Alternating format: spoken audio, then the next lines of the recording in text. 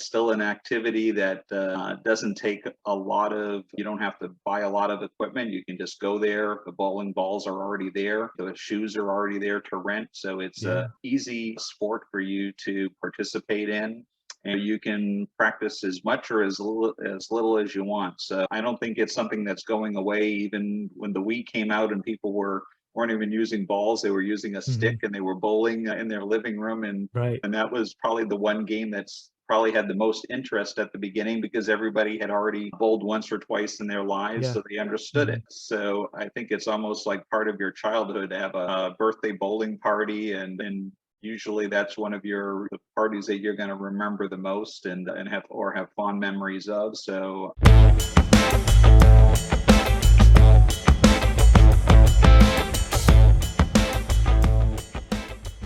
Awesome. Thanks again for coming on today, Erik. Really appreciate you taking some time out of your day. For the people who have not had the pleasure of meeting you, tell us a little bit about who you are and who you work with. Sure. Erik Covitz, originally from Boston, Massachusetts, then went to school in Long Island, New York, Hofstra University. And the last 3 years, I've been spending my time in Fort Smith, Arkansas, and the owner of the 810 Billiards and Bowling here in Fort Smith. Awesome. And so that's when are you due to come online for that? We're hoping to open mid-November. We'll be doing some soft openings. We've already started to put applications in and looking at hiring staff. The key positions: general manager, assistant general manager, kitchen manager, and either beer manager or host manager. Those are the 4 positions we're hiring and going to train first, and then we'll hire the bartenders, servers, hostess people a little bit closer to our opening. Okay. Awesome. Yeah, and you'll be open just in time for the busiest part of the season. Right. Yeah. Although I don't know, is it different in Arkansas? When school's out or winter recess and holiday parties and and then you also have NHL and NBA in full swing, and we love our Hogs here. So Arkansas basketball, where you should be nationally ranked for this coming season. We did really well in last year's Final Four tournaments. Very optimistic for a lot of people coming in to watch the games this year. Awesome. Yeah, no, that's definitely a great one.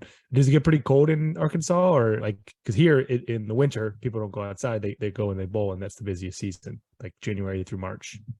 Is it the same for you? That was one of the things that intrigued me about moving from Florida to here, because we do have 4 seasons. Fall, depending on the heat from the summer, sometimes is shorter than I'd like, because it's beautiful to watch the trees change color here in the mountains. But we do get a winter. Fortunately, we don't get too much snow, but when we do, they don't have the plowing equipment that you would see in the northeast corridor of the country, so it really shuts down everything. But we get our share of cold weather, and conversation here is in Arkansas is, if you don't like the weather, wait 10 minutes because it will change, and it's definitely true. Awesome. Yeah. Okay. I've only been once or twice, but it's definitely a beautiful area. Yeah, I think the state has the most national parks of any state in the country.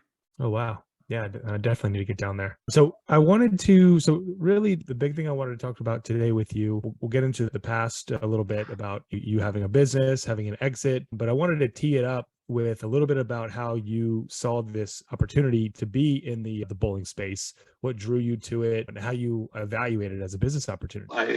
I always like to do things with people when I'm having a social gathering, and it seemed to be in this area especially that a lot of people just go out to eat. That's their social activity, and I was used to doing other things, whether it be playing golf or mini golf, going bowling, or going to a billiard hall or anything like that, just to have something a little bit more active with people. And so I was looking for something that would give us allow us the opportunity to introduce that to this area. Yeah. And so is that more of a market opportunity you see where it's just there's not a lot of that in your area? Yes, so the population is growing. I'd say we were about 85,000 people in Fort Smith. And then when you get the outer surrounding towns, it's probably close to 250,000 people coming in to work on a daily basis. And as I mentioned, other than the restaurants, there's a few trampoline parks, but for young adults and adults wanting to do something. There really isn't a lot of choices right now. And so what drew you to bowling specifically? If you have a couple different things, mini golf, trampoline, whatever else, what drew you to that specifically? I've always been interested in doing something like a bowling alley. I'm an ice skater, so hockey at heart, but that seemed to be a little bit too expensive an endeavor to build hockey rinks and keep them air conditioned in the middle of the summer. A little Less pricey here accessible at triple too. digits in Arkansas. So the bowling really intrigued me. I know just from my Rotary Club that I would belong to, we used to do that as a get together or social function every couple of months or whatever, because people from all ages can do it, and you're just having out there to have fun. You're getting some exercise, and even when you go out to eat and you have a large group, everybody's sitting at a long table, you only really get to talk to the 2 or 3 people that are Yeah, right next to you or right across very from you. true. And by Hmm. bowling, you're standing up or sitting down when you're not bowling. So you're having that opportunity to mingle and chit chat with a lot more people and socialize and discuss, everything but the bowling, or the bowling if someone's Right. on a turkey or a 3-bagger, can they do it the next time? And then Mhm. everybody has their attention on the lane for a few minutes, and then you're back talking about other things. Right. Yeah. Yeah. No, I like that you say that, because it does totally change the dynamic for a group if you're out versus sitting and talking to the people to your left or right or across from you. I hadn't thought of it like that. I like that a lot. Okay. And so you then decided to partner up with 810 as a franchise, correct? Yes, and that was in the right before COVID happened. Actually, it was March of 2020. My wife and I took a discovery day, is what they call it. So we flew into the Myrtle Beach area. They have 3 locations there, and all 3 locations were very distinct and different. The first location, it was a bowling alley to begin with, and they refurbished it and made the dining area larger with a little bit more ambiance to it. They took out some bowling lanes to add a larger area for arcade. I think they even added an indoor bocce ball Mhm. court there. Right. So they were looking to make it more of an entertainment center and dining, with a little bit more dining fare, but for the locals. Yeah. And their second location is what they call their Market Common, and that was an old grocery store, so much Mm. larger footprint, about 35,000 square feet. So they added a glow-in-the-dark miniature golf course inside, Oh, very as cool. well as a full stage for live music. So they Mm. have concerts there pretty much every Friday and Saturday evening, Wow. as well as all the other bowling, billiards, and other games that people can play. And Right. that was, I think, based on its location, more situated for the tourists, for when they're off the golf course or off the beach, they have a Yeah. place to, or on a rainy day and so forth, and get some indoor activity. And then the third location is in what they call Conway, on the outskirts of town, but very close to Coastal Carolina University. So Yeah. they were attracting the college student who wants to blow off some steam after studying all day, and they can go bowling from 9 p.m. to midnight for $15, including shoes. So it's a great Okay. deal. Yeah, it And is. they can also use their student meal card to purchase Mm. meals, basically Yeah. anything but an alcoholic beverage Oh, wow. while they're there. So it's That's a cool setup. attracting that. And also, I think there's more families in that section of town. So they're doing more birthday parties, which basically introduces to the young couples who may have younger age kids a place that they may not have heard of or known about, where they can go there just to eat and hang out and have a date night, and just have a nice place that they can relax and take a breather, or bring the kids for an early supper. And now, is there one of those that you are particularly trying to emulate in Fort Smith? I would say we're probably closest to the Conway. We have the University of Arkansas Fort Smith, which is a smaller undergraduate school with about Mhm. 5,000 students, and it's about a mile down the street from us.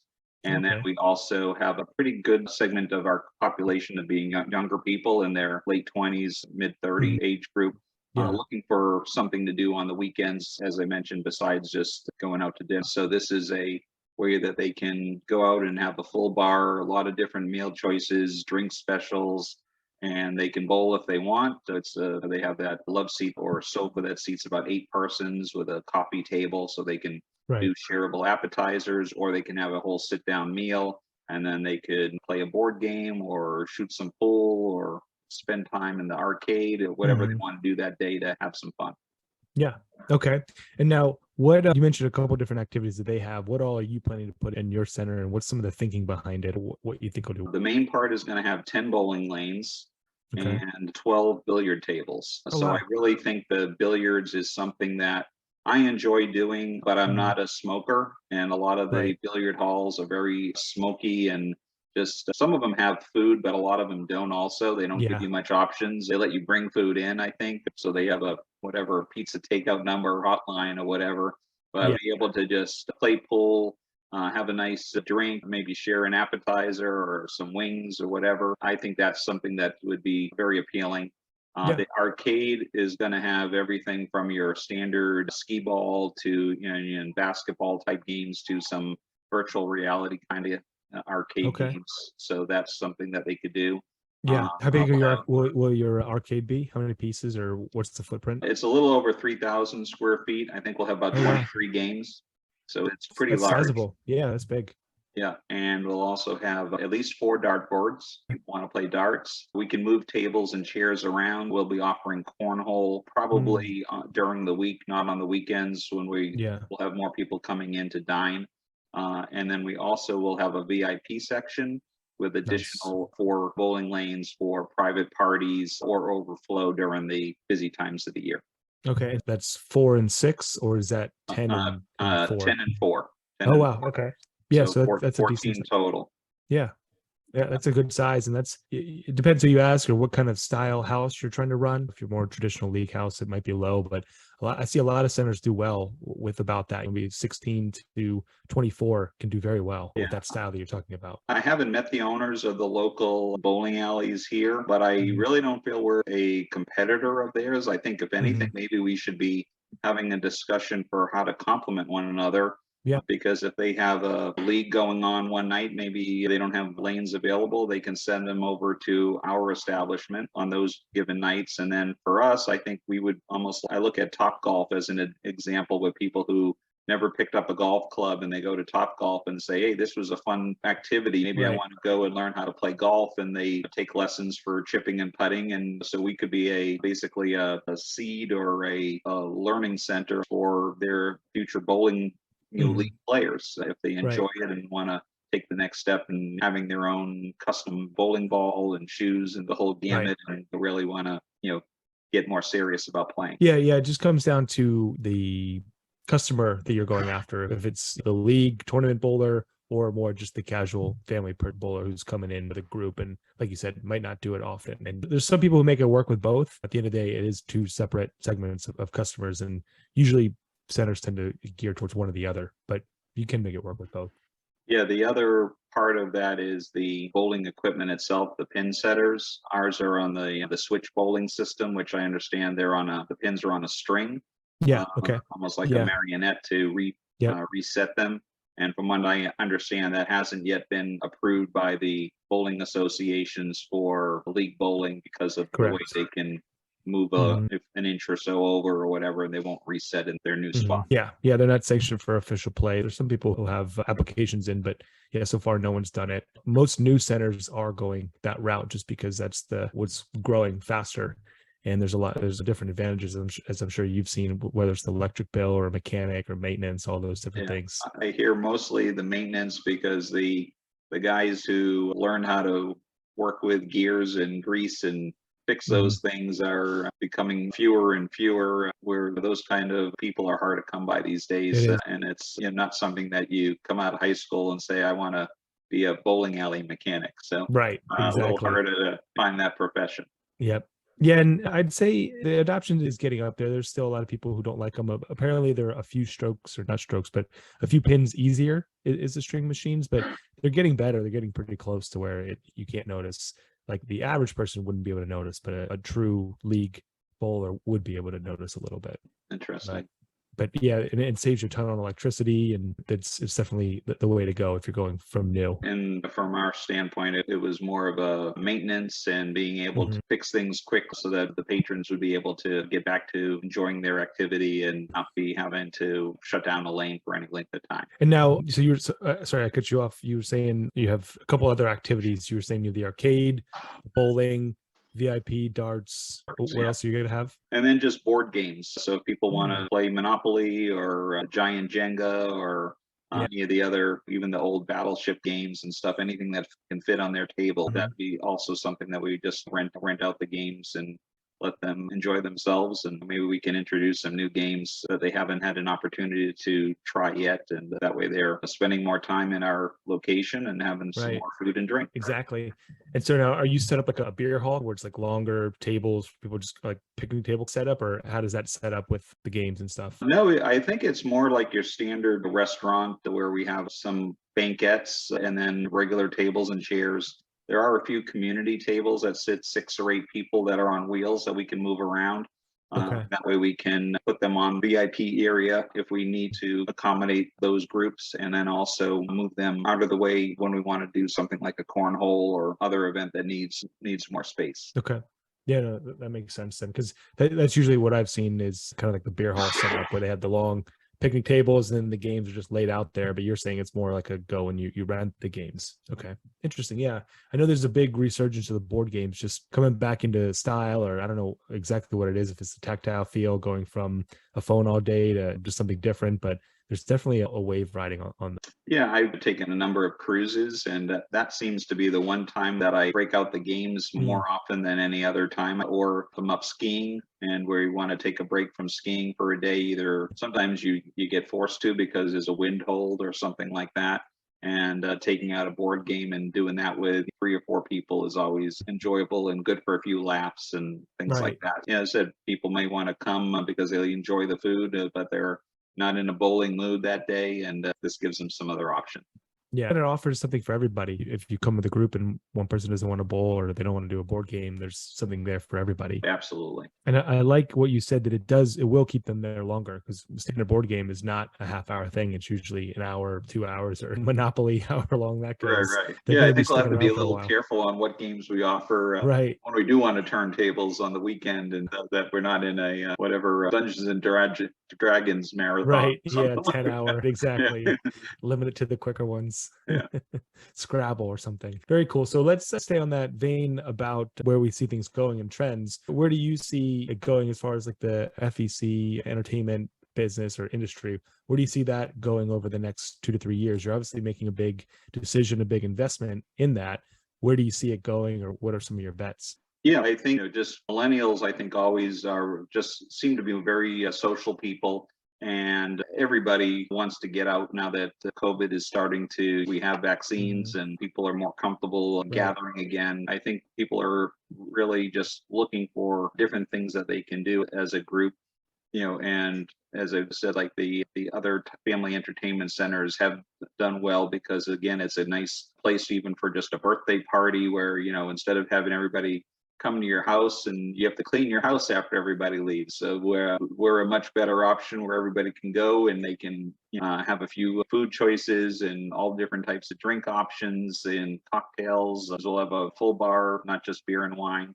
And then we do all the cleanup for you. So I think that's going to be real one way that it's going to go. And then I think the other part of it is time. Maybe a bowling league, usually it's 5 people on a team and 3 games, and that takes a great deal of time. So people Mhm. who may want to I just want to bowl one game and have some food, they're in and out in an hour or less. So it's also being careful or accommodating for different people. Maybe someone wants to come in and do something with their kids one night, but they got to get home early enough so they can do their homework before Right. school the next day. But they don't want to go home and cook for an hour. They can just pop in, grab their pizzas, burgers, whatever they want to have, and while they're eating, their kids can be either at the arcade or playing a game at the table with them, and then they're home at a reasonable hour and ready for school the next day. Yeah, that's a great point you make, and I especially like that about the birthday parties. That if you're providing food for people, going to the bowling center and doing a party there is not much more expensive, and the fact that you don't have to clean up afterwards is makes it all worth it for a break even.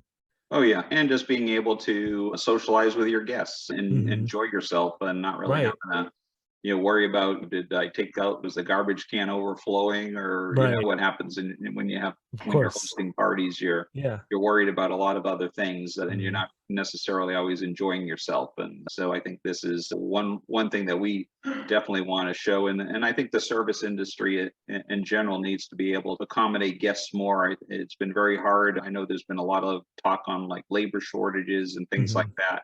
And I think if you're a server and you're collecting nicer tips because you're invoicing not only on food but on activity as well, they're going to want to work at our establishment versus at your standard restaurant that you're just getting whatever the food bill is. Yeah.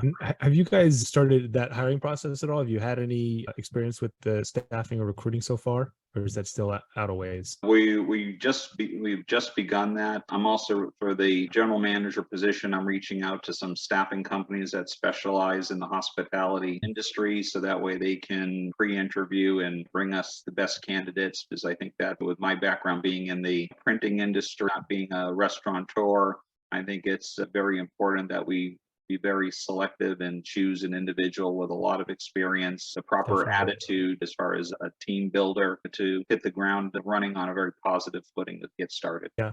Yeah, the GM they're the leader, they're the make or break when it comes to your staff because they build the team around them. But that's, I'd say 95 or maybe even higher percent of the people I talk to, that's their biggest challenge today is building that staff and finding people. And it can be tough just because of the dynamics of the labor market. Right? Sure. And I understand some people are a little, they're not so rah about a grand opening. If you've been a bartender for many years, you may not want to have to put on the big opening, grand opening and all that kind of stuff. So we may Mhm. have to wait a while before those types of people come calling for a job after you're open for a month or so, and they just see what the activity is and how many people are coming in and say, hey, this could be a really great place to work. So I'm anticipating a little bit of that happening as well, Mhm. perhaps.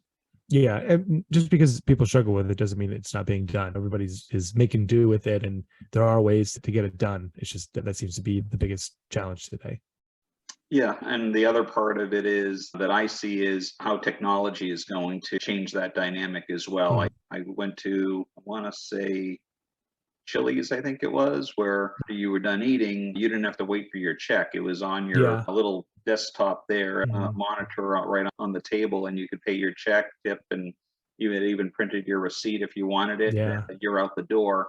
And we're going to go to a system similar to that where your menu would be on your phone. You can place your order. So people who want to be served can, but people who want just to be able to order and have a food runner come out and Mhm. bring their food and drink to their Mm. table. And when Yeah. they're done eating and they want to leave, they can just pay their bill and get up and vacate the location and have a Yeah. good evening. That's very nice. What system are you guys using for that? Toast. Toast. Okay. Yeah, I have a great POS system. Do they use that across the board at the 810, or is that just your location? Yes, they're right now converting all of their locations to the Toast system. I'm Mhm. hoping by the time we're open, they've got out all the little Yeah, rust right. and little nooks and crannies that they haven't thought of or whatever, and all the Right. bugs will be out by the time we're up and operational, and just putting all the menu and all that stuff into the system will all be done by the time we're ready to open. Yeah. No, and that's a pretty easy one to use. It's really big on like the West Coast. It's coming over this way, but it's a solid one. It's easy to use, pretty all encompassing. Yeah, thinking that might help us with staffing is, and we may not need as many people Right.